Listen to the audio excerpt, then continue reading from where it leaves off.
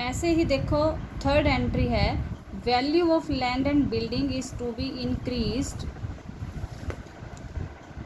Increased to ₹5 lakh, book value of ₹4 lakh.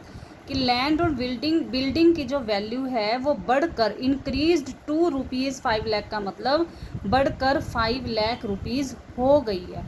और book value जो है 4 लाख, यानी कि एसेट साइड में 4 लाख दिया हुआ है और एडजस्टमेंट में वैल्यू दी हुई है 5 लाख, यानी कि इसकी वैल्यू पहले से इंक्रीज़ हो गई है कितनी, 1 लाख।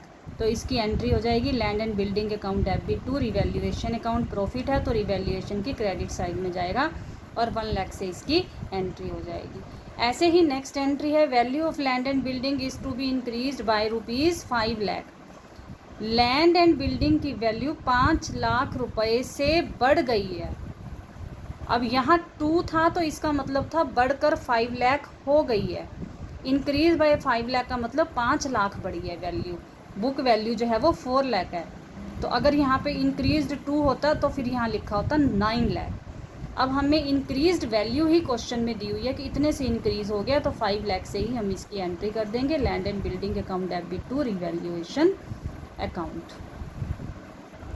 ऐसे ही नेक्स्ट एंट्री है, a debtor whose due of ₹40,000। एक डेटर थे जिससे हमने 40,000 रुपीज़ लेना था, was written off as bad debts last year. Last year उनको बैड डेट्स लिख दिया गया था, भाई अब इनसे पैसे नहीं मिलने। Paid ₹30,000 in full settlement. अब इस बार जो है उसने 30,000 रुपीज़ पे कर दिए हैं, तो इसकी 2 एंट्री होंगी। एक तो अमाउंट रिसीव करने की, bank account debit to bad debts recovered account 30,000, और फिर हम इसको रीवैल्यू, क्योंकि bad debts recovered account, bad debts जो होते हैं वो हमारी लाइबिलिटी होती है डेट, और उससे होने वाला प्रॉफिट लॉस है ये। Bad debts recovered account debit to revaluation account, transfer to revaluation account 30,000। Debtor से रिलेटेड लॉस था ये लास्ट ईयर, अब ये मिल गया है तो ये प्रॉफिट हो गया। एसेट से रिलेटेड प्रॉफिट है, इसलिए इसको हम रिवैल्यूएशन अकाउंट में दिखा देंगे।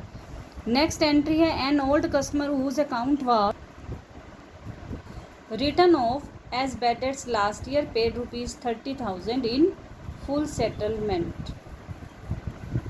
अब यहाँ देखो ये समझने की ज़रूरत है, यहाँ पे वो कह रहे हैं एक कस्टमर का अकाउंट राइट ऑफ किया गया था, यानी डेटर्स का अकाउंट राइट ऑफ कर दिया गया था, और ऊपर बात की गई थी कि जिसको बैड डेट्स डिक्लेयर कर दिया गया था उसको बैड डेट्स डिक्लेयर कर दिया था, तो हमने बैड डेट्स रिकवर्ड से एंट्री की थी।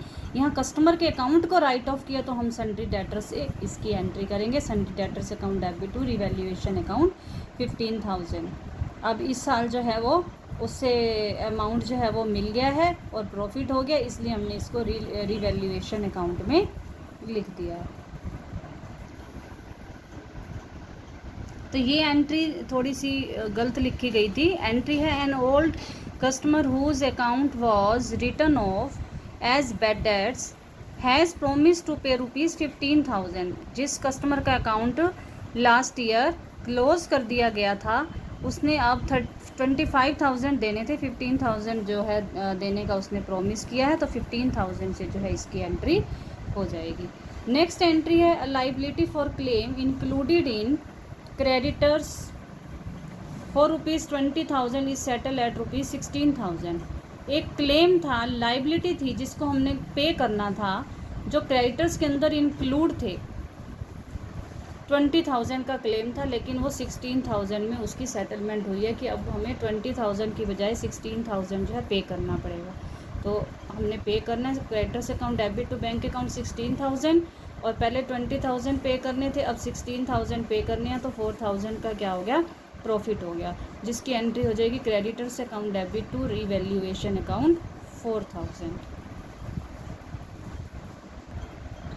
ऐसे ही एक लास्ट एंट्री है, a computer purchased on 1 October 2016 for ₹40,000 debited to office expenses account is to be brought into account on 31 March 2018 charging depreciation at the rate of 10% per annum on written down value basis. इसका मतलब क्या है कि एक computer purchase किया था 1 October 2016 को 40,000 का, और उसको कंप्यूटर में डेबिट करने की बजाय ऑफिस एक्सपेंसेस में डाल दिया था, और इसका पता लगा था 31 मार्च 2018 में, तब जो है इसकी एंट्री ठीक की गई थी। लेकिन इसके ऊपर जो है डेप्रिसिएशन चार्ज करना था 10%। तो जब इसको कंप्यूटर मान लिया गया 40,000, तो इसके ऊपर डेप्रिसिएशन लगाया 1 अक्टूबर से लेके 31 मार्च तक 6 मंथ का 10% रेट ऑफ इंटरेस्ट दिया हुआ। 40,000 multiply by 10% multiply by 6/12, 6 month का आ गया 2,000। तो 40,000 में से 2,000 डेप्रिसिएशन लेस किया, इसकी वैल्यू आ गई 38,000। क्योंकि ये रिटर्न डाउन वैल्यू बेसिस है, तो नेक्स्ट ईयर भी इसका डेप्रिसिएशन लगाएगा 3800, तो माइनस करके 34,200 जो है इसकी वैल्यू आई, जिसको हमने रिवैल्यूएशन अकाउंट में डाला, office equipment account debit to revaluation account 34,200। तो ये जो एंट्रीज़ हैं ये आपके आगे रिवैल्यूएशन अकाउंट बनाने में काम आएंगी। इन एंट्रीज़ को समझना बहुत ज़रूरी है, इसको ध्यान से समझ लेना, और जो समझ ना आए वो मुझसे पूछ सकते हो।